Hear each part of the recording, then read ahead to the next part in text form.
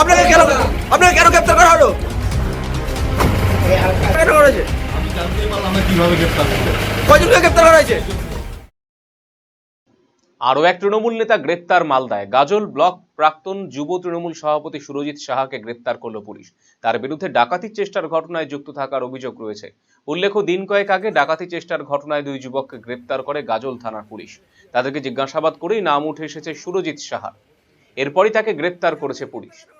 উল্লেখ্য, এদিন মালদা জেলা আদালতে তাকে পেশ করা হয়। অন্যদিকে এ নিয়ে গাজলে বিজেপি বিধায়ক জানিয়েছেন, ওই তৃণমূল নেতার বিরুদ্ধে বেআইনি অস্ত্র মজুত রাখার অভিযোগ রয়েছে। অভিযোগ পেয়েই পুলিশ তৎপরতার সঙ্গে তাকে গ্রেপ্তার করেছে। মানে এরকমই বাই দ্য ওয়ে জানতে পারলাম যে গতকালকে তৃণমূলের যে ব্লক যুব সভাপতি ছিলেন উনি অ্যারেস্ট হয়েছেন এবং সম্ভবত কোনো আর্মস কেসে আর ওনাকে অ্যারেস্ট করা হয়েছে।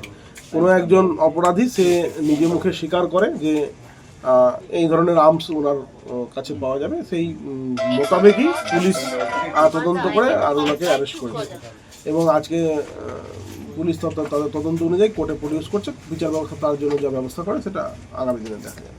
এই মানে তৃণমূল দলটা এই ধরনের ব্যক্তিগুলোকে বেছে নিয়েই তাদের পদাধিকার দিত, যাতে করে তারা নিজেদের রাজনৈতিক প্রভাব খাটিয়ে মানুষের উপর অত্যাচার করে, অবৈধভাবে কাউরি জমি দখল করে, কাউকে পার্টির পদ পাইয়ে দেওয়ার নাম করে পয়সা তোলা, এই ধরনের করে যেন তিনি দলটাকে প্রভাবশালী করতে পারে, দলে একটা মানে আর্থিকভাবে দলকে যেন আরও সমৃদ্ধি করতে পারে, এই ধরনের লোককেই দেওয়া হতো এবং তার প্রমাণ হলো আজকে। এবং এই ব্যক্তির নামে বহু মৌখিকভাবে অভিযোগ আমার কাছে আছে।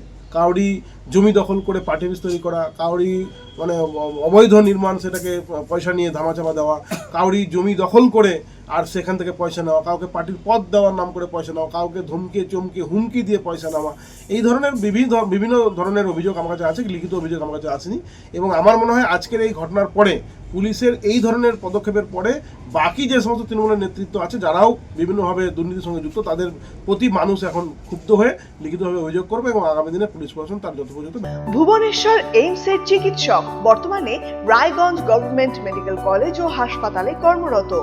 যে কোনো ধরনের ব্যথা ও প্যারালাইসিস নিরাময়ে বিশেষজ্ঞ ডক্টর সর্বানন্দ মণ্ডল এখন বসছেন রায়গঞ্জে একমাত্র নিউ বেঙ্গল মেডিকেলে। রিহ্যাবিলিটেশনের স্ট্রোক পেশেন্ট এক সাইডে কাজ করছে না, প্যারালাইসিস দুটো পা কাজ করছে না, বা জিবিএস চারটে হাত পা কাজ করছে না, এদের জন্য আমি রিহ্যাবিলিটেশন করি। আমি এইমসে ছিলাম, আমি এইমস থেকে এখানে অ্যাসিস্ট্যান্ট প্রফেসর এইচওডি হয়ে রায়গঞ্জ মেডিকেল কলেজে আছি। একদম বিনা অপারেশনের মাধ্যমে যেগুলো আপনার পা ঝিমঝিম করছে, হাঁটতে পারছে না, বা ঘাড়ের ব্যথাগুলো ঝিমঝিম করছে, বিনা অপারেশনের মাধ্যমে ট্রিটমেন্ট করা হয়। এগুলো আমি করেছি আর এখন রায়গঞ্জবাসীর জন্য আমি সেই ট্রিটমেন্টটা আমি নিয়ে এসেছি এখানে। আমাকে নিউ বেঙ্গল মেডিকেলে আমাকে পাবেন। আমার সাথে কন্ট্যাক্ট করতে হলে নিউ বেঙ্গল মেডিকেলে যোগাযোগ করুন। যে কোনো রকম হাঁটু ব্যথা বা গোড়ালি ব্যথা বা যে কোনো জয়েন্টের ব্যথা আমি এখানে ট্রিটমেন্ট করি আর আপনি অবশ্যই উপকৃত পাবেন এখানে। হুইলচেয়ার, স্ক্র্যাচ, ওয়াকিং স্টিক সহ অন্যান্য প্রয়োজনীয় সিনিয়র সিটিজেনদের জন্য আধুনিক সরঞ্জামও এখানে পাওয়া যায় সুলভ মূল্যে। নিউ বেঙ্গল মেডিকেল, সৎসঙ্গ রোড, উকিলপাড়া, রায়গঞ্জ, উত্তর দিনাজপুর। যোগাযোগ 9382968820।